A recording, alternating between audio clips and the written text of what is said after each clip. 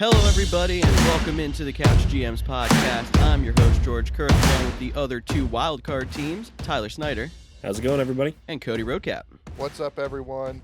Thank you again for tuning in to another episode of the Couch GMs podcast. Quick recap, the Couch GMs are three best friends who love talking football. We had a great regular season, and we're looking forward to the playoffs. If you're wondering what you can expect from this podcast, well, it's going to be a little different since we are in the playoffs. We are going to be discussing the wildcard games, breaking down all the playoff teams. We're still going to be discussing some headlines, but this week we will not be talking fantasy. Fantasy is over, but, all around, we're just going to do what we always do, and we're just going to have some fun talking football. And we want you to join in on talking football with us on our social media channels. We're on Facebook, Twitter, and Instagram at the Couch GMs. And for those of you that were following along with us all season, we might as well wrap up our Week 17 picks and overall standings. And I unfortunately made some bold choices, and it did not pay off as I lost with an 11-5 record, which I thought was pretty good. But Tyler finishing the season very strong at 15-1. Congrats, buddy. Thank you. It's been a strong season. I mean, not only did I have a good week, but I had a good season. If you go and look at the overall standings, I finished with 157 correct picks. Cody was second with 145, and George, not only did you lose this week's picks, but you lost this season's picks with 142 correct. Yeah, I mean, I think it was still a pretty good year for me. There was some stiff competition. You guys did very well. And like I said, losing with an 11-5 record to lose the season, that was a tough one for me to handle. But you'll see my punishment coming soon if you follow us on social media. And if you don't, make sure you go on there and like or follow us. And you'll see that entertainment coming very soon. And to all the teams out there that are listening to our podcast, because I know all 32 teams do listen to us, I just want to say I did have 157 correct picks this year. I went 15-1 in the final week. So if you are looking for a new head coach, just so you know, you can find me on social media, on Twitter. You can reach out to me, direct message. I am available for one of your head coach vacancies. Hey, I mean, you can't be worse than Adam Gase, am I right? That is not Do you want to wrong. talk about Adam Gase? How about we talk about Adam Gase then? Because we've been waiting forever, and he's finally gone. I started to get a little worried after they won 2 games if, he might have saved his job. But the Jets did the right thing. They appear to know what they're doing. Maybe this is finally the turnaround the Jets needed, but hopefully they don't mess up this hire. Yeah, well, he's not the only coach that was fired. Doug Marrone was fired as well. There is 6 teams that now have a head coach vacancy. They are looking for new coach this next year. One of the popular candidates is Eric Bieniemy, the offensive coordinator for the Kansas City Chiefs, as well as Arthur Smith, the offensive coordinator for the Titans. Guys, I also heard that the Jets are now looking at Marvin Lewis, the former Bengals head coach, and I really don't think he deserves another head coaching job. Am I wrong here, or do you think this is a good move? I mean, they're probably looking for somebody with some kind of experience to hopefully right the ship, because it's been so much of a struggle for them for how many years. But I agree with you. I don't think that's the right move either. There's a lot of other better candidates out there, whether it's in the NFL as coordinators or even college coaches. So I don't like that hire if they go for it. Yeah, I do think Marvin Lewis, he deserves a second chance, but I don't think the Jets is the right fit. I think Marvin Lewis has the Texans written all over him. Now, I do know there is some rumors out there on the internet that Deshaun Watson is contemplating requesting a trade after the abysmal season they had. But, the Texans, they like the older coaches. They signed Nick Cassero, I think that's how you pronounce his name, from New England Patriots to be the GM. I could see them going for a long-tenured guy in Marvin Lewis down in Houston. I saw this really funny thing on Twitter today as well, where there were people trying to get Phillip Rivers to get a head coaching job, specifically in with the Chargers. But I think that's also hilarious seeing that come out. Yeah, I never think that a player should go straight to head coaching. Does Rivers have a career in coaching? Possibly. I mean, he is one of the smarter football minds. However, when you go into coaching right after playing, I feel like you need to start as a quality control coach or a quarterbacks coach, or I don't even think you should be an offensive coordinator when you first become a coach. Hey, but if you can manage 9 kids, you can manage a roster. That's all I'm saying about Phillip Rivers coaching. Managing 9 kids is managing a roster. You're right there. So we are talking about coaching. Obviously, Kevin Stefanski, he did come down with COVID, and the Browns are going to be without a coach, so that's some bad coaching news. But we will get to that later in the podcast when we discuss that matchup. But guys, there is one coach that did not lose his job that some people are calling for, and that is Doug Peterson of the Eagles. I don't want to talk about it. I know the 3 of us have been debating this. like crazy. We got into some heated arguments over this topic. But are the Eagles tanking, and what do you think of them pulling out Jalen Hurts when they were only down 3? So I'll start because I feel like I started our internal debate on this. So I think George, he mentioned, if there's a 1 o'clock game, no one would care. I think there might be some truth to that. However, you don't play a game for 3 quarters and decide to quit.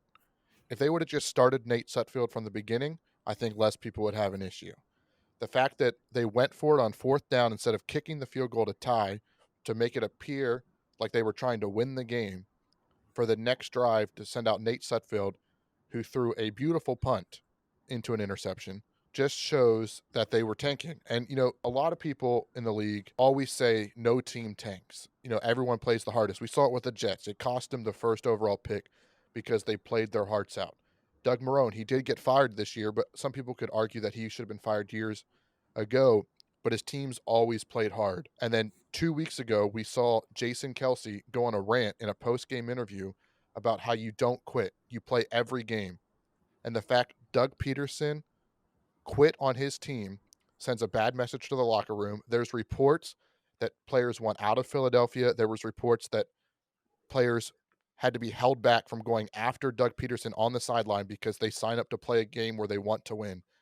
And that, I think, is going to ruin the Philadelphia organization for the next years to come. Absolutely, Cody. I don't think anybody goes into the NFL out of the draft and says, man, I can't wait to go to a team and lose games to try to get better draft picks. People go into the NFL because they want to win games. Fans watch because they want to see wins for their favorite team. So for a coach to just completely give up and lay down, like, I understand. They get a better draft pick by losing the game. Fine.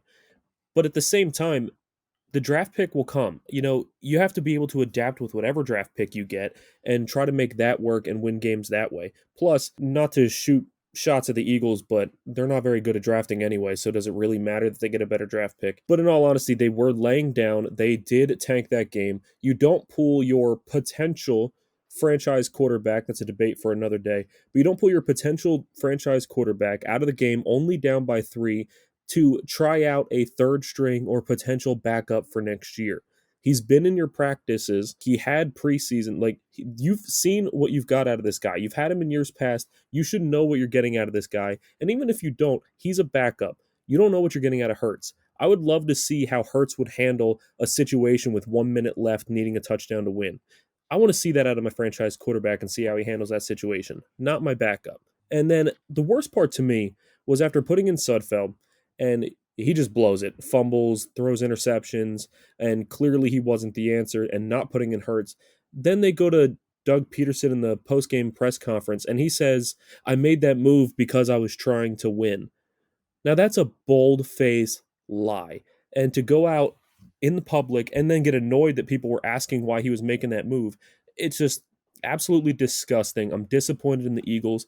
As a fan, I would be so pissed off at my favorite team. As a free agent, I wouldn't want to sign with the Eagles. And if I was an Eagles player, I'd want out too. So I've gone through a whole range of emotions when it comes to this. So I'll walk you guys through everything that I've been thinking from the beginning. So when it first started happening, I thought there was a chance it was a tank, or I just thought like, well, maybe they're just trying to evaluate what they've got and they're using it like a preseason game. And as much as that really does hurt, it is kind of a tank. It's just they're trying to improve for next year. Then afterwards, I really started feeling bad, really started digging in, seeing what all the comments were, seeing everyone's reactions, including the Eagles players. And I thought then at a point, maybe it was just stupidity. Like maybe Doug Peterson really thought he could have beat that team with Nate Sudfeld, and he was just trying to kill two birds with one stone, do what I said earlier, but still win the game.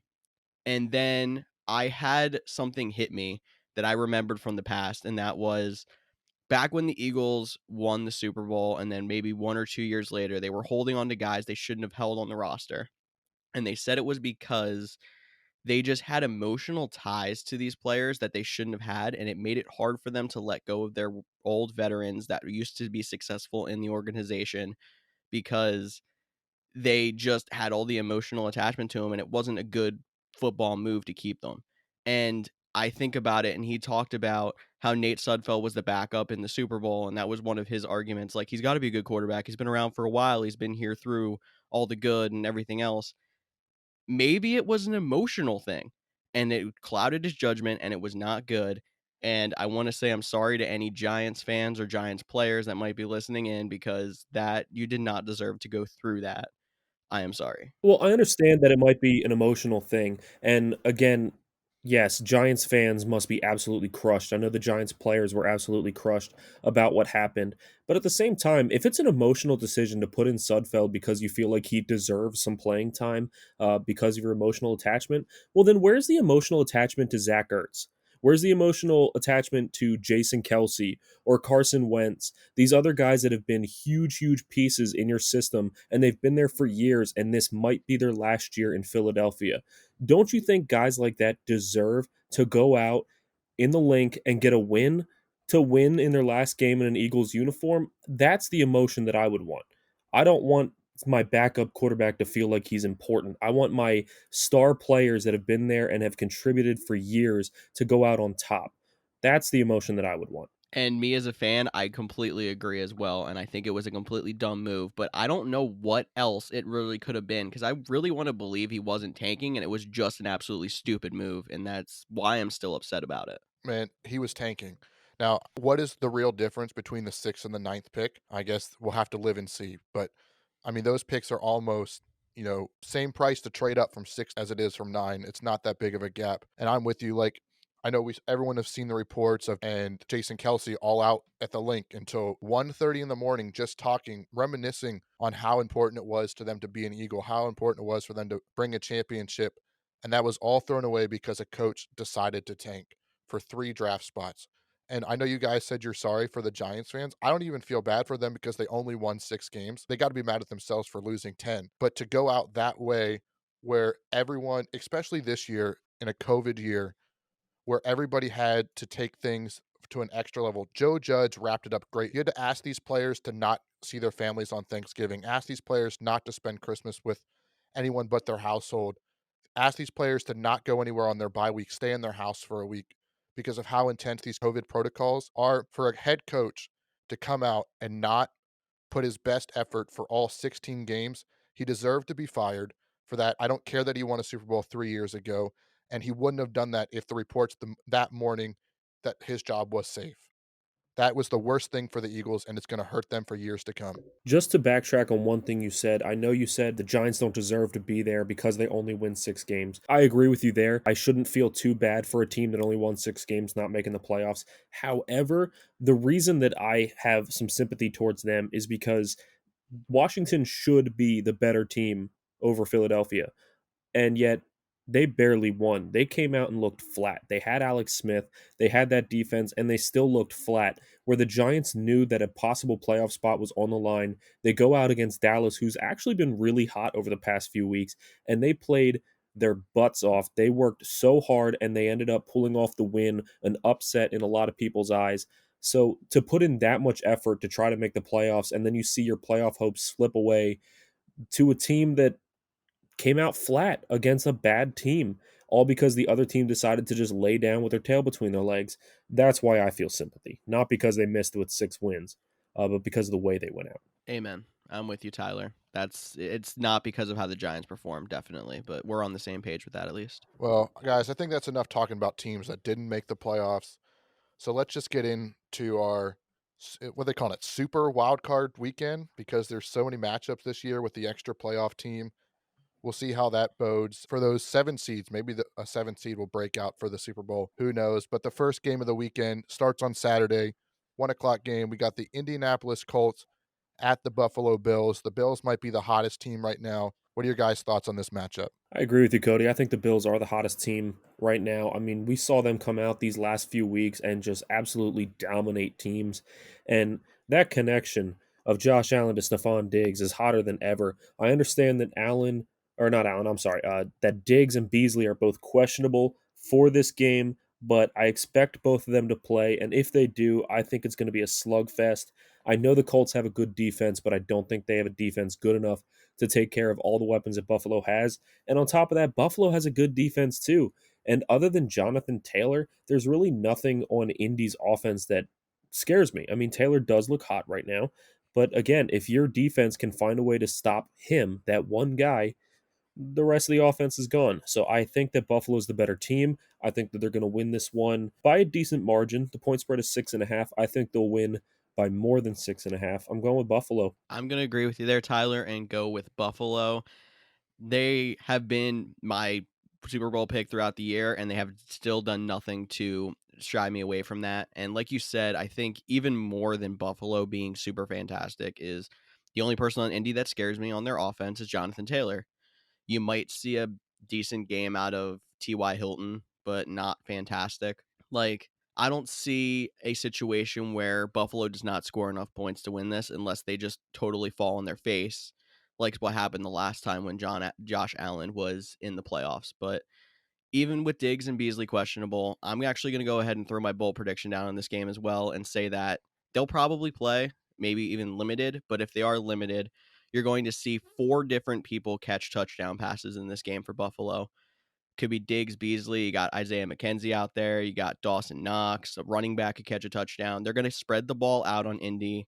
And even though their defense is semi-solid, it's just going to be too much for them to handle. Yeah, and George, you put down your bold prediction on this game, and guys, if you are bettors out there, maybe it's time to start betting on our bold predictions because I think it's worth mentioning that this past week we did bold predictions like always, and 2 out of the 3 of us actually got them right. We have been hot here to end the season, so maybe this is worth looking into, putting some money on it.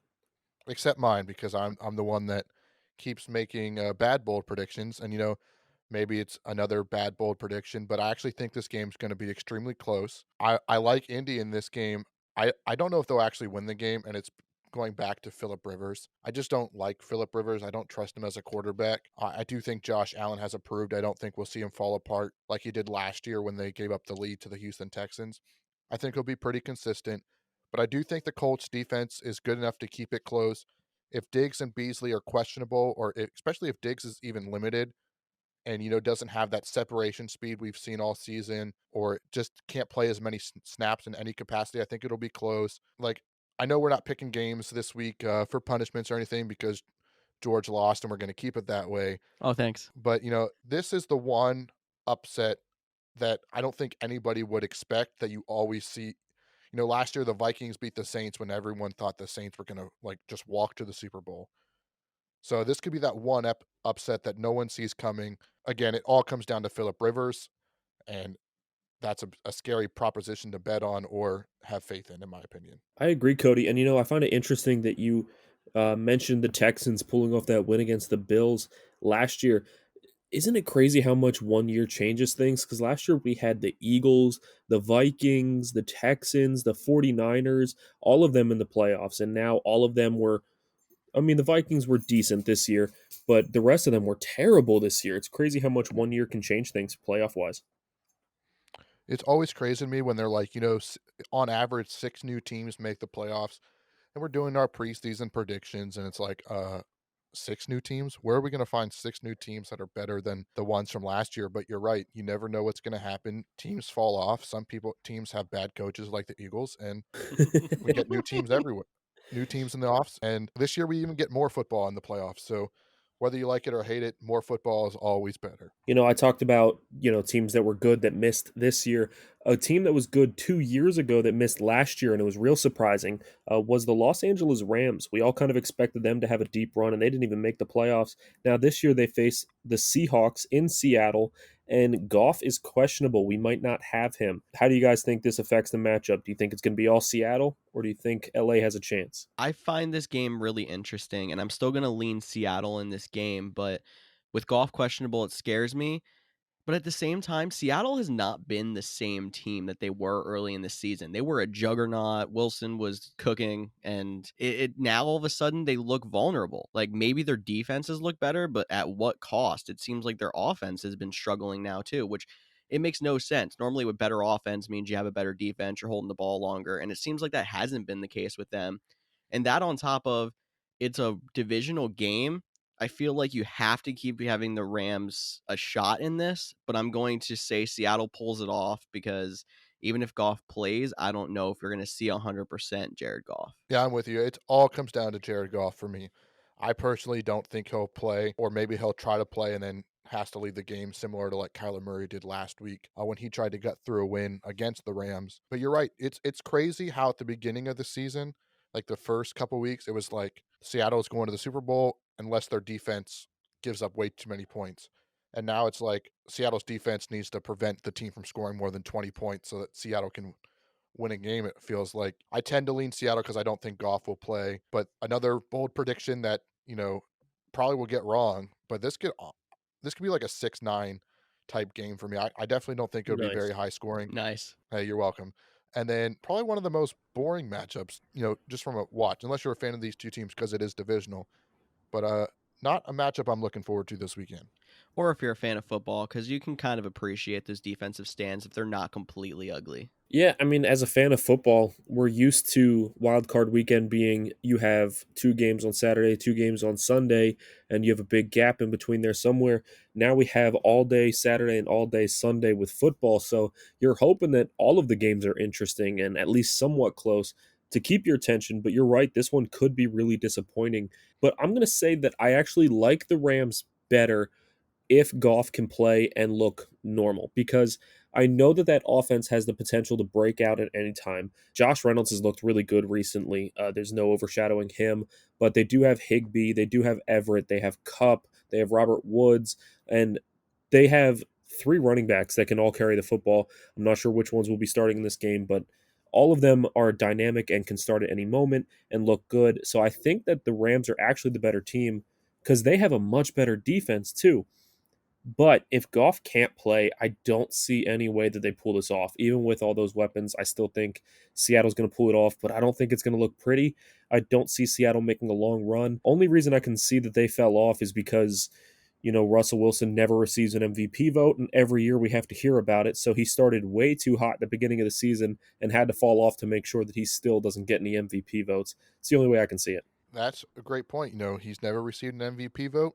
We talked about it all season, and he probably won't get one this year, so he'll have to try again next year. But we can move on to the Saturday night game, which, Tyler, I believe you got a little heated about, the NFL putting the Washington football team in primetime, especially after their Sunday night performance last week. But they are hosting the Tampa Bay Buccaneers. The Buccaneers, they got Tom Brady, the Wonder Kid. So that's probably why the NFL put them in prime time. What do you guys think? You think Washington has a chance to pull off the upset here? Of course, I got heated. Just, it's honestly really disappointing that the NFL is still completely riding the Tom Brady train until it dies. And fans are over it. Unless you're a fan of Tom Brady, fans are over it. We're tired of hearing about him. Nobody cares that he's in Tampa Bay. He didn't win the division. He's not the best team in that division. And I don't even think they're one of the best teams in the playoffs. But even still, they're still way better than any NFC East team right now. So, especially after watching that NFC East game last week that was just absolutely ugly, to go ahead and put one in prime time on Saturday, like, there's so many other games I'd rather see. I'd rather see Buffalo or Indy. I think that's going to be a great matchup. I'd rather see Tennessee, Baltimore. I think that's going to be a great matchup. Honestly, even the New Orleans and Chicago game I'd rather see than this one, because we all saw that Tampa Bay was playing their butts off last week to try to get a win because it was basically like a bye week this week going against Washington. And Alex Smith is hobbled. It's supposed to be Taylor Heineke starting this week. There's a chance that Smith starts, but it's not looking good right now. Heineke is taking all the snaps in practice. And I don't see any way that Heineke and this team that looked absolutely flat against a team like the Eagles come out and beat Tampa Bay. I just don't see it happening. I agree. I'm going to go with Tampa Bay for a lot of what you said. And going back to them putting them in prime time, I feel like they could be just as disappointed with this as they were with putting Washington and Philadelphia last week. And we were talking about how the Rams and Seahawks might not be good. I would take that game in prime time over this one. I mean, I don't get it how you'd have a wild card team versus a team that you can say really didn't deserve to be in the playoffs. Anybody from the NFC East would you be able to say that about? And with Alex Smith possibly being out, I'll hate it even more because Alex Smith is, I think, the machine that brought Washington to where they are right now. He's still a great quarterback when he's fully healthy. And he's not going to lead that team to 9-10 wins, I don't think, if he was playing the entire season, but they would at least look like a more legitimate team. But got to go with Tampa Bay. Even without Mike Evans, that signing of Antonio Brown now looks like it makes a lot more sense to me. Yeah, the signing of Antonio Brown is big, but I don't want to rule out Washington's front seven, especially that defensive line. We have seen in years past the way to beat Tom Brady is to get pressure up front quick and right in the middle. They got two big dudes in the middle, and then they got Chase Young on the outside. Chase Young coming off of NFC Defensive Player of the Month and NFC Rookie Defensive Player of the Month. So he's coming on strong here at the end of the season. Well, he might have hurt himself though. He did throw out the "I'm coming for you, Brady" after the game on Sunday. Never want to call out Tom Brady, but I hope they can pull it off because before the Lions game, if you guys remember, people were like, "Is Tom Brady?" I mean, people were again going, "Is Tom Brady done?" I think maybe it wasn't all Tom Brady, and then he threw the 4 or 5 touchdowns, whatever it was, in the first half against the Lions when they had no coach because they were all out due to COVID, and they're like, "Oh my God, Tom Brady's so good." And then Tyler mentioned they had to fight out a game against the Falcons last week, but at least they freaking played Doug Peterson, and they barely beat the Falcons this week. So or last week. So it's Tom Brady hasn't been that great this season. They lose Mike Evans. It's a huge part of their offense. They still have Chris Godwin and Antonio Brown, but Washington's defense is really good. One pick six could completely change the tide of this game. This is probably another low scoring game. And, Washington is a tough team to, project to beat the Buccaneers just based on talent. But I actually like their chances. I don't know if I'd go as far as saying, bet money on it, but I think Washington has a decent shot at upsetting the Buccaneers. No, Cody, you said that you think it's going to be a low scoring game, and I agree with you. In fact, I'm going to go ahead and throw my bold prediction on this game. I think it's going to be so low scoring that Washington could even get shut out. I'm going to throw my bold prediction on any of these games. So basically, no team has been shut out in a playoff game since 2005 when the Panthers shut out the Giants. And I think that we are going to have that happen this week. We are going to see a team get shut out, and this is one I could definitely see happening, especially if Alex Smith is out. He hasn't been lighting the world on fire stats wise, but he's been managing his team very well, and they've been rallying behind him. I just think if Taylor Heineke steps out there for a playoff game, and you can shut down Gibson. I think he's a dynamic running back. He's going to have a great future, but you can shut him down. McLaurin hasn't been as good as I had hoped. I really think that Washington's going to struggle, and I think that they're going to get shut out. At least one playoff team will get shut out. That's my bold prediction. And I think this would have to be the team if that happens. I think that's a very interesting bold prediction. I don't see it happening anywhere outside of this. So good luck. And I think it'd be hilarious to see it happen, especially with Alex Smith out. I think it's possible though. And Cody, I can get exactly what you're saying by picking Washington. And Tampa Bay, I've always said all season, like, because they're this super team kind of put together, they're not going to be able to beat everybody, I don't think. But Washington's not of a high enough talent level, I don't think, to Yeah, overcome especially them. especially without Alex Smith. You know, Washington is 5-1 with Alex Smith, so they've lost pretty much every other game that he hasn't played. So if he doesn't play, doesn't bode well. And a little sidetrack here. We'll talk about it all off season about players we'd like to see, but I would love to see Matt Stafford eventually work his way to Washington. I think he would work so well in that offense.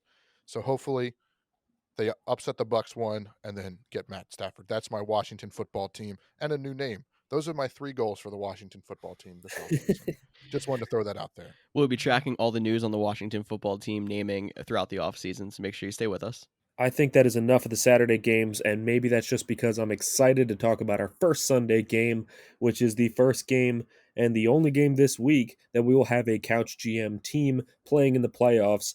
It is the Baltimore Ravens going to the Tennessee Titans. This is the first time the Titans have hosted a playoff game since 2008, where they lost to the Ravens. So that's not exciting. The Titans and Ravens have played each other in the playoffs 4 times in their franchise history, and the road team has won every single matchup. That's also not exciting. So I think it's time to finally shut those things down, finally change the future. Tennessee came out last year and they were huge underdogs to the Ravens, and they pulled off the victory. They faced the Ravens during the regular season this year. They were underdogs. They pulled off the victory. So it's just completely fitting that the Titans are underdogs in this matchup yet again, 3.5 point underdogs. And, before we even get into the game, I just want to say congratulations to my boy, the King, Derrick Henry, on reaching 2,000 yards. I predicted it in my bold prediction last week that he would get it. He needed 223 yards to get it. He broke 250. The man is an absolute animal, and I can't wait to see what he does against this Baltimore defense in the playoffs. Yeah, I mean, I think there could be about 750 rushing yards in this game, if you think about it. Baltimore runs their offense through the run. Tennessee runs their offense through Derrick Henry. And Derrick Henry's not going to slow down. He's not the kind of guy that, even though he was running all year and had 2,000 yards, he's not going to wear down. You just know he's not. But I was so back and forth on this game. I like Tennessee better because I feel like if Baltimore does fall behind, they might struggle a little bit to come back. But I'm actually going to go with Baltimore in this game because I feel like they've played their best football as of late. And I think this game's going to be close throughout, and it could come down to final possession. It could not. It could be like a 2-possession game near the end. But I don't know. I think because of how Baltimore's defense has been playing and Baltimore as a whole, Lamar Jackson's been throwing the ball a little bit better. He's actually been getting Hollywood Brown involved, which I've not seen through most of the season. And that's even without them really feeding the ball to Mark Andrews, is another X factor on that team. I'm sorry, Tyler. Got to go with Baltimore. Yeah, Tyler. Unfortunately, I think Baltimore is going to get this victory. I am interested, since it is now in Tennessee, if the Baltimore players will come out and stomp all over the Titans logo after the Titans did that at the Ravens earlier in this season. If there's any there's become a really good rivalry over the last couple years, these two teams. Absolutely. This game could be the fastest of the week, as much as these teams runs. Feel like we'll be like, man, this game's already at halftime. Oh, there's already 6 minutes left. So, Tyler, for your sake, hopefully the Titans do win, because this game could be short, and I'd hate for you not to get the full Titans experience the last week. But one thing George did point out is Lamar Jackson. I almost said Lamar Miller. That would have been really embarrassing. Oh, my boy But Lamar Miller. Miss him. but Lamar Jackson has been dropping some dimes the last couple of weeks, and I know, Tyler, that's one of your biggest things against him is his throwing ability. If he can continue to play the way he has, I think Baltimore can easily. I'm not going to say easily. It's the playoffs. Uh, Baltimore can win this game and maybe even make a run for the playoffs. It will be exciting. Maybe I'm still a little biased because of how bad the Packers beat the Titans, which is why my Couch GMs team is not playing this weekend. We got the 1 seed. Nice little jab there. You tried to squeeze in, Tyler, but had to remind the people that we got 2 Couch GM teams in the playoffs. But anyways, back to this matchup. It should be a fun one. Derrick Henry is always a blast to watch. He's the slowest fast guy I've ever seen in my life. But Baltimore just seems to be clicking at the right time. Yeah, okay. So, time to play some devil's advocate. You knew I had to go here. As far as the Titans-Packers game, yeah, we completely didn't show up. Turns out Titans don't know how to play in snow, so hopefully it doesn't snow in the playoffs or we're screwed. But moving on from that game, let's talk about the Ravens for a second. Now, George, you said the thing that everybody in the media is saying that just bothers the hell out of me, and that is the Ravens are playing so well right now. They are so hot right now. So let's go back and look at why they're so hot. After losing to the Patriots, the Titans, and the Steelers, 2 playoff teams and 1 horrible team, they then went on their winning streak and looked super hot against the Cowboys, terrible team, the Browns, which they won by 5. I'll admit, Browns are a good team. At the same time, we have said 100 times what divisional games can do. They then went on to beat the Jaguars, the Giants, and the Bengals. So, yes, they're playing hot right now. He's dropping dimes, but he's dropping dimes against terrible defenses. They're looking hot. They're looking hot against horrible teams. They have struggled against playoff teams this year that are outside of the division, and they have, I don't know, but they have some kind of kryptonite with Tennessee. We just always know how to play them, and I love it. So I really think the Titans are going to come out. They're going to show up. I love that we're underdogs. I wish we could stay underdogs every week. I'm excited for this game. Guys, I'm going to keep saying it until they prove otherwise against the real team. I don't think the Ravens are all that good. Well, I mean, I get what you're saying, but we didn't see Lamar Jackson dropping dimes against the bad teams on their schedule in the beginning of the season. So I just see that as a little bit of maybe a progression especially because it was right after everyone started criticizing the Ravens for not calling enough passing plays and taking too much time to draw up run plays that you started to see Lamar Jackson actually come out there and throw the ball more.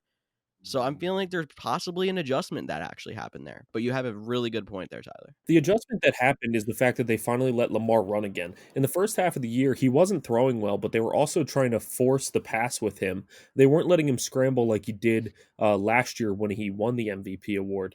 Um, but in the second half of the year, I've seen a complete change, and I've seen them actually just let him have free roam and run again. However, that's exactly what he was doing last year, and the Titans were able to stop it because they knew how to stop his mobility. They were one of the only teams to figure it out. So I think that if we can shut down Lamar's running ability, I'm not scared of that offense. We force Lamar to throw. I don't think he's going to keep throwing dimes. Well, ever since Lamar Jackson took a number 2 or got an IV, we still don't really know. He's been dropping those dimes, and one thing you did just point out was against bad teams and bad defenses, but the Titans are ranked 30th in defense. Yep. So that's a bad defense. The Titans, we just saw Deshaun Watson, again, divisional, I understand, light them up with Brandon Cooks is good, but Chad Hansen and Kiki Kuti, I'm not saying they're probably just as good as the Ravens wide receivers, but Lamar Jackson is dynamic enough. There's going to be some heated rivalry after last year's playoff game, after you guys beating them. I'm not saying Baltimore is going to roll over the Titans. The Titans are going to make it competitive. That's just how the Titans are. They're a good team, but I do think your defense could be your downfall against a talented Baltimore offense that seems to be hitting their strides. And I think the only thing that keeps both of these teams under 30 is if they run the ball too much, the game ends too fast. So, yes, I think it's just going to be a lot of scoring. It's nothing against the Titans offense. It's against the Titans defense. I will say that I've seen the Titans plenty of games this year fall behind early and make a strong comeback, but that's not something that we can sustain, especially against a team like Baltimore, who, as much as I don't like them, have proven that they can put up points when they need to. So I honestly believe, and you can hold me to this, whatever team starts faster will likely win the game. I think whatever team wins the first quarter could honestly win the game. I think it's that big. If the Titans go up 14-0 to start the game, Titans are going to win. If the Ravens go up 14-0 to start the game, Ravens are going to win. And I strongly believe that. Only way that I think this is going to be a 50-50 shot is if they actually stay right on each other in shootout form all throughout the game. But I honestly do believe whatever team starts first is going to win. Definitely, might be the matchup of the week. Yeah, 1 Even o'clock on as a Sunday. hey, 1 Washington o'clock gets a on Sunday. primetime game. But this is 1 o'clock on Sunday. Come on. But is this really the game of the week? Because I honestly think that our next matchup has a lot more of entertainment to it because of what's happening on TV. Okay, you're right. The TV broadcast might be better for our next matchup, which we should let our listeners know the next matchup is the Chicago Bears at the New Orleans Saints. And you're like, how can that be a better matchup? Well, this game's going to be simulcast on Nickelodeon. And they're going to be putting SpongeBob in the goalposts, googly eyes on the players, slime animations for touchdowns. All you 90 childs, man, this is going to be the 90 childs, 90 kids. Man, Cody can't speak. 90s children. Yeah. But anyways, this game is going to be so much fun for us, for all the young kids out there that are just getting into football. At least from an entertainment value, this could be a very great game. I agree, Cody. At the same time, I think as far as the game goes, the Saints are heavily favored, as well they should be. They are the better team.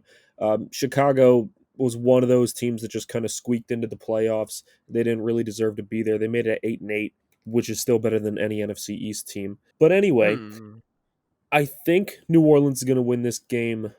If I had to put money on the game, I would say New Orleans to win the game easily. At the same time, I just have a gut feeling that the Bears are going to pull this one off. I've just seen the Saints have some bad luck in the playoffs recently. I could see some bad luck happening again. And I just feel like when it comes to the playoffs, it's any given week. We've seen crazier things happen. I just feel like because this is so one-sided, dominated on who we think is going to win, the Bears are going to come out and sneaky good, and it's going to be a lot more of a competitive game than we really expect. But like I said, if I had to put money on it, I'm going Saints. Well, they always told me in the past that defense wins championships, and if there's one thing the Bears have going for them, it is their defense. So maybe them sneaking in will give them a shot to make a run. But for some reason, I'm still feeling the same way everyone else is in New Orleans is going to roll over them. I don't think the Saints offense can be slowed down enough. Mitch has not been bad, but Mitch cannot put up enough points to keep up with Breeze and Thomas and Kamara.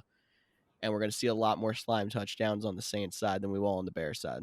Speaking of slime touchdowns, if I know correctly, I think Cody has a bold prediction on this game.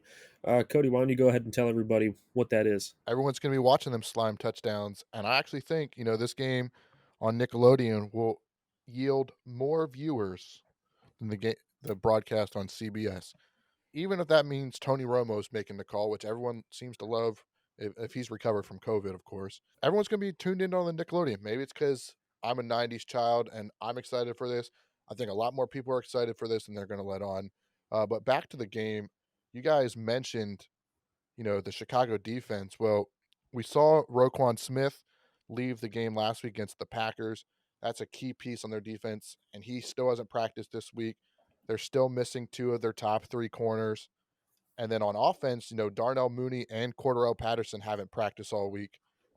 They could be very shorthanded this week, and I don't think that bodes well. The Saints look to have a pretty easy victory this week in my eyes, but I do like what Snyder said. Maybe a late no-call pass interference, maybe a miracle on a deep ball, and the safety misses a tackle. Leave the Saints alone, man. Hey, you never know. Sorry, Saints fans. Hate to bring it up. Maybe this year's your year, but you've been telling me that for 5 years and you haven't done shit. So, Oh, man. man, I just came after the Saints fan. I don't even know why. All I right, Cody. apologize. So And he's one more picking the question. Saints. That's the worst part. One more question, That's and true. then I we am can move picking the on from Saints. this game. So, Cody, you watch this division more than anybody else because of the fact that you're a Packers fan. So you're in this division. With Chicago coming into this game, the question marks around Foles and Trubisky. Do you think that Trubisky's future in Chicago depends on this game? AKA, if he wins, he's going to stay there. If he loses, he's gone. Or do you think his future is already decided? I think Mitch Trubisky will be back to some degree, whether it's another 1-year deal, whether they franchise him, whether they sign him to a long-term extension. Please sign him to a long-term extension. But I do think there is the possibility if he comes out and plays just awful and they can't move the ball. They look like they did before he got look like the Nick Foles era Bears. Then it's a different conversation. I think he'll be under more scrutiny. They might have to let go of the GM, but I think if the GM stays, Matt Nagy stays, Mitch Trubisky stays. All right, Cody, I appreciate that input. So we have one game left in this Super Wildcard weekend, and it's an interesting one. Now, the matchup itself is a divisional game. We've seen it 2 times already this year. We have the Cleveland Browns at the Pittsburgh Steelers, and I think we could all agree that Cleveland was the better team coming into the playoffs. Pittsburgh hasn't looked the same. Cleveland has been hot, but guys, COVID has struck the Browns hard. Not only are they going to be missing some key players, but they are missing their head coach for the game. They're going to have someone else stepping in to be the head coach for the game. So this obviously puts a hamper on Cleveland. Do you think that evens this game out? Do you give Pittsburgh the edge now? How are you guys feeling about this matchup? Well, I think Pittsburgh is technically the favorite, and I can understand why completely, not only with Stefanski having COVID, not being able to coach, but they won by 2 points last week against Mason Rudolph. And Pittsburgh is still obviously the division winner, but you all know how we felt about Pittsburgh this year. And it seems like it's crazy to see, oh, well, you're not going to have a head coach and you're going to have the starting quarterback coming back in on the other side. You got to pick Pittsburgh, but I'm still going to go with Cleveland. Call me crazy. I don't think Mason Rudolph and Ben Roethlisberger make that much of a difference. What do you guys You're think? crazy. You're crazy. I just think Pittsburgh's not that fantastic around him otherwise. So or just not that fantastic of a team anyway, so Cleveland can still pull it off. I'm not saying this is Big Ben of years past, but he's a lot better than Mason Rudolph.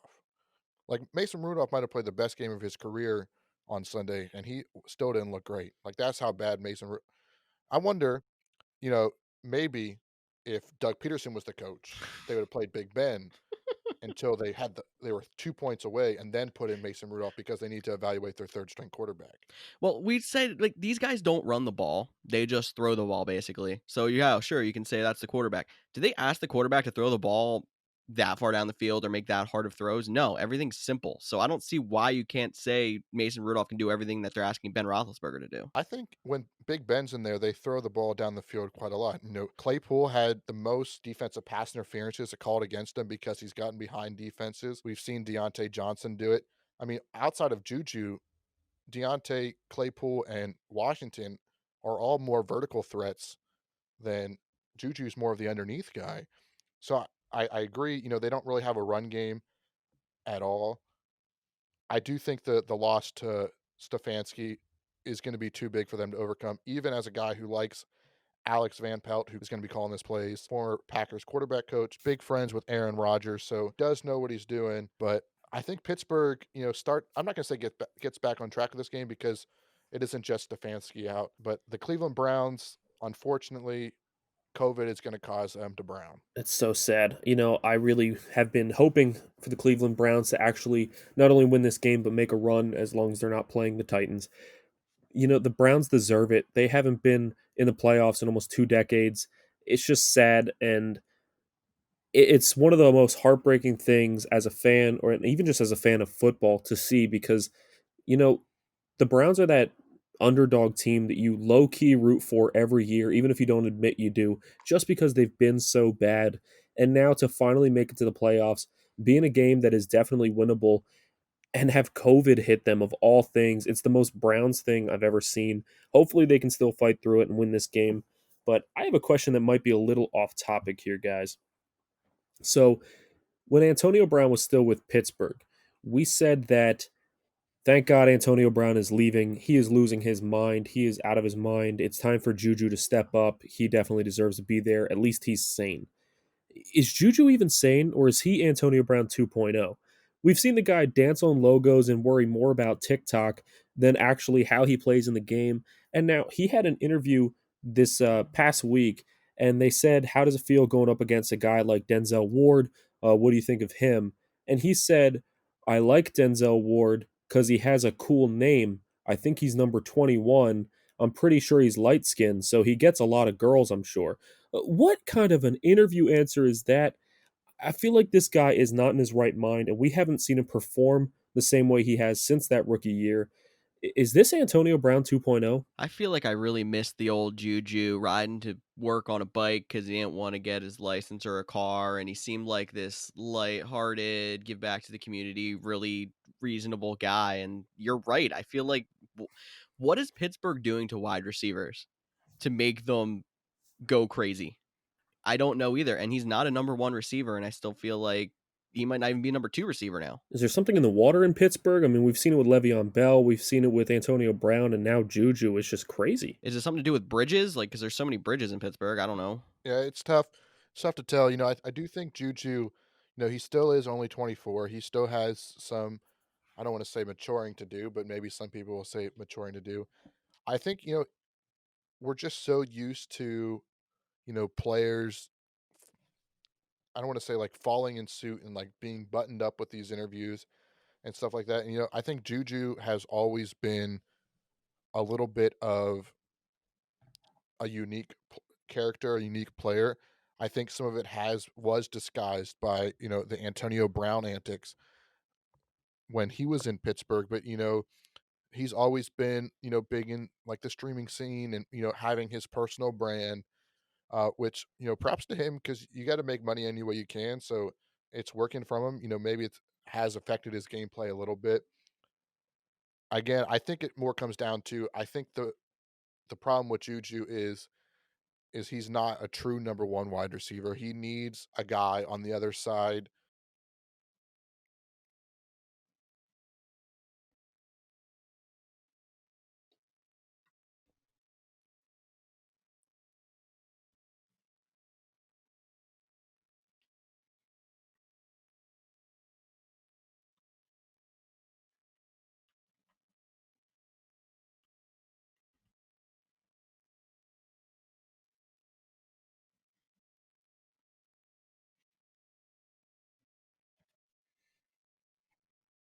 Well, Cody, I hope you're right. I would love to see him bounce back in his career because I can tell you just from seeing him his rookie year, he was one of the most exciting guys in the NFL at that point. So if we could see him get back to that point, it would be honestly super beneficial. I don't like the Steelers, but I really do like Juju. He is an exciting player.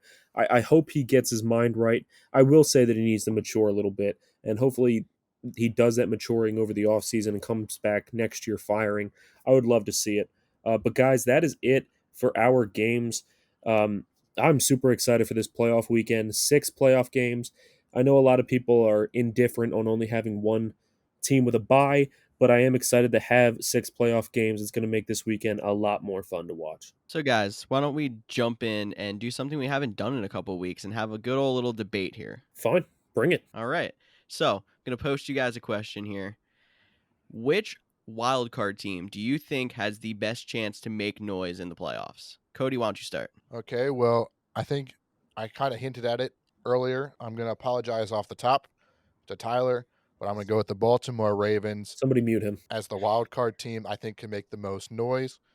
We talked about how dynamic their offense has been the last couple of weeks. I understand it hasn't been against the best defenses, but you still have to hit the passes. And we've seen Lamar Jackson hit on a number of passes we weren't seeing in the earlier of the season. I'm a huge Harbaugh fan, at least the one that's in Baltimore, not so much the one that's in Michigan. That's another debate. So I think Baltimore, they have the pieces. They're a little bit under the radar this year, despite being the favorites in this matchup. No one's really talking about them. I think they'll make the most noise. I think they're going to go the farthest of any of the AFC North teams. Baltimore could make a run. I look forward to them playing the Chiefs or the Bills next week. I mean, I will agree with you that they do have a chance to make a run. If they can make it past Tennessee, I do think they have a chance to make it far. As much as I don't like them, they do have the pieces on their team that if you don't know how to stop them, it can be dangerous. One thing I will disagree with you on is the fact that no one's talking about them. I can't turn on NFL Network without them talking about the Baltimore Ravens. Yesterday, ESPN did their picks for the wild card weekend, and out of the 10 experts that picked the Baltimore and Tennessee game, 9 of the 10 of them picked Baltimore to win. So I do think they are being talked about. However, I will move on to my pick, and this one pains me a little bit to say, mainly because of the fact that I was somewhat bashing them earlier in the show, but I'm going to go with the Tampa Bay Buccaneers, and one big Nope. reason why. One big reason. I think they have an easy first round matchup, and I can't say that with really any other wild card team. I think the Colts can lose to Buffalo easily. I can see Baltimore losing to Tennessee. Tennessee has had their number. I don't see Chicago getting past New Orleans. Cleveland has COVID going on. So there's a chance that all of these wild card teams could be out in the first round. So I'm going to go with the Tampa Bay Buccaneers. Not only can they get past the first round, but the NFC doesn't look as strong as the AFC this year. I know it flip flops pretty much every year, but this year AFC is stronger. I think with Tom Brady at least knowing how to manage a game, he has those weapons on offense he can lean on if needed, and he does have some big pieces on defense that can change the game with one forced fumble or one interception. I think Tampa Bay is actually the strongest of the wild card teams as far as schedule and looking forward. Yeah, I think what you just said, if this was the debate on who's going to win, round one, get the farthest, you make a good point. They have the best matchup. All the other teams have a very tough matchup. And I also just want to point out for the people at home, like the debate was strictly wild card teams. We weren't doing any of the division winners, despite the 2 seed playing on wild card weekend. It was just the 3 teams that made it in as a wild card from each division that we were picking between. So out of those 6, the Buccaneers do have the best chance to win. I personally just don't see them as a team that even if they get past the first round, will get past the divisional round. Whereas a team like I picked as the Ravens, I think if they're hot, they can beat anybody. And I mean, I don't know if we're even going to be talking about, like, with the question being make noise, like, I mean, them winning and getting into the conference championship, the winning 2 games and doing that could be a big part of that. But I'm going to go with the Cleveland Browns on mine. I think Cody's arguments on the Ravens are very solid. I'm also very high on how the Ravens have been playing lately.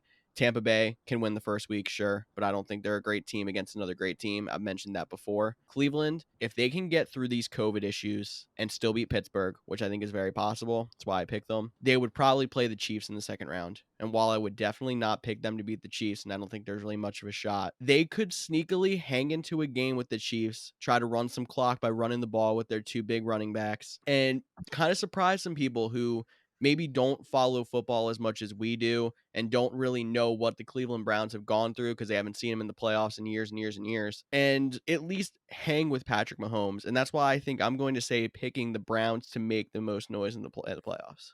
I hear what you're saying, but at the same time, like, I know the Bucks, if they win and there's no other upsets in the NFC, they would go on to face the Packers. I understand that is a tough team to face. We have seen the Packers struggle in certain games before, though, so there was always that possibility. But they are one, fluke upset away from facing the Saints or facing the Seahawks, who we have talked about, having their struggles. I know the Saints have had the Bucks number this year.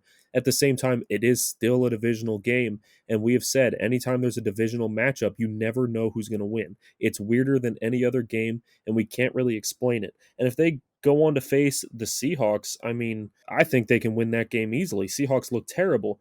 Where on the other side of the bracket, you're talking about the Ravens and Browns. If they win, they will go on to face either the Chiefs or the Bills.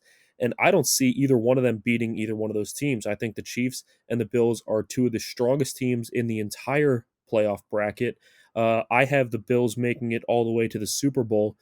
Spoiler alert. I mean, that's even if they go against the Titans. I think they're one of the strongest teams. And the Chiefs, even though they haven't looked as good as they did last year, they're still completely dangerous. And we haven't really seen anybody outside of the Oakland Raiders. Oakland, oh, sound the alarm. Outside of the Las Vegas Raiders, be able to slow them down and make them look human. So I just think that the Bucks are the better team because even if they do make it past the first round, which, like I said, they have the best odds to make it to the second round, I think that they have the easier second round matchup. Again, I'm not saying the Bucks would beat the Packers or would beat the Saints, but they have better odds on beating them than I think the Ravens or Browns do against the Bills or Chiefs. Yeah, I think this is a two-man race. I think it's either between me or Tyler. George, I don't know what you're doing picking the Browns, but hey, you get to do what you want to do. But so I completely understand, Snyder, what you're saying about Tampa Bay. If they can somehow avoid going to Green Bay and playing in the cold, the Rams to upset the Seahawks, which we all said could definitely happen, and go to New Orleans. It's so hard to beat a team 3 times in one season. I don't know why I'm now currently arguing your pick against. I think you convinced me that the Bucks might be the best answer. I guess That we're makes sense debating. because I did pick them in our mid-season review with Marcus from the First and 10 Club to go on and be the representative to the Super Bowl. So well done, sir. I am now arguing why the Bucks are better than the Ravens. So apparently you convinced me. But go Ravens. Ooh, that Go did not Titans. sound Come good to on now. say. Look, Yeah, you can tighten up. say the Ravens are the better team or you think they'll win, but don't you go saying go Ravens. Come on now. What is their fancy Twitter hashtag? Does anyone? George, you Ravens have to know. flock, I'm pretty sure it is. Ravens Oh, flock. that's lame. Tighten Hashtag up is so Raven much flock. better. Tighten But up. it's not as good as Go Pack Go. But maybe we'll save Twitter handle or hashtag Twitters for another debate another day. But I think this wraps up our super wildcard weekend preview. As always, thanks for tuning in. Thanks for listening. Please follow us on social. There is no fantasy, so maybe you just want to talk about something. So feel free to reach out. We're at the Couch GMs on any of your social platforms. Make sure to follow us and then leave a comment and review on this podcast. Absolutely, guys. And even though we didn't do the picks this week, so you didn't have a chance to challenge us, there is always room to get involved in this podcast. Let us know who you think is going to win each of these games. Let us know who you think won the debate. Maybe there's a different wildcard team that you like even more than one of the guys we said. Either way, this podcast is way more fun for us and way more fun for you when you actually get involved. Become a Couch GM yourself, guys. Get involved with the podcast. And don't forget one more team hashtag. We got hashtag Tank Eagles Tank. Thank you for listening to the Couch GMs. For Tyler Snyder and Cody Roadcap, I'm George Kerth, and we'll be all with you next week for Divisional Round. Have fun, guys.